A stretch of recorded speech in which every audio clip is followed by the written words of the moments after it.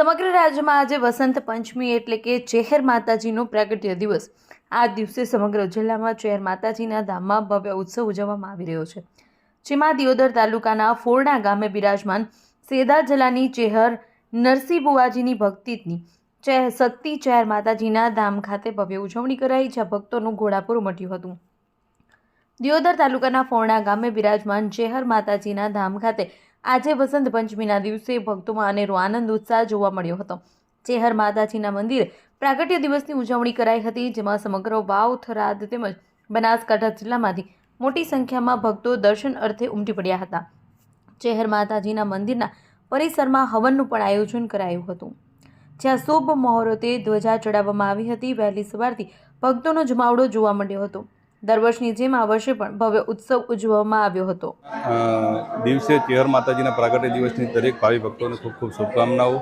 અહીંયા ફોરણા ગામ ખાતે હાલ પરિવાર તેમજ ફોરણા ગામજનો વતી અહીંયા વસંત પંચમીની ઉજવણી થતી હોય છે। 10 થી 15 હજાર લોકો જેટલા અહીંયા ઉમટતા હોય છે અને માતાજી દરેકની મનોકામના પૂર્ણ કરતી હોય છે। ચેહર માતાજીના અનેક પરચાઓ છે અને જેથી ભાવિ ભક્તો અહીંયા માતાજીને શ્રદ્ધાથી બધા અહીંયા જોડાતા હોય છે।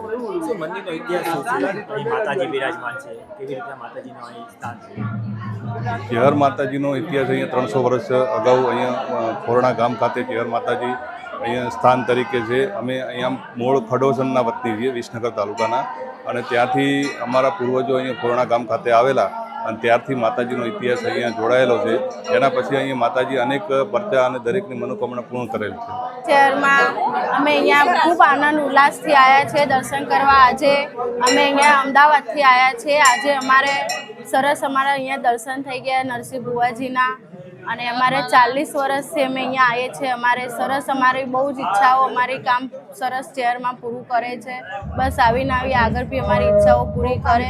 બહુ શ્રદ્ધા, બહુ કામ, અમારો બધા પરિવાર અહીંયા બધા અમારા અહીંયા દર્શન કરવા આવે છે। મારું નામ માનસી દેસાઈ છે અને ગામ વિસનગર, અમારું અમદાવાદ રહીએ છીએ।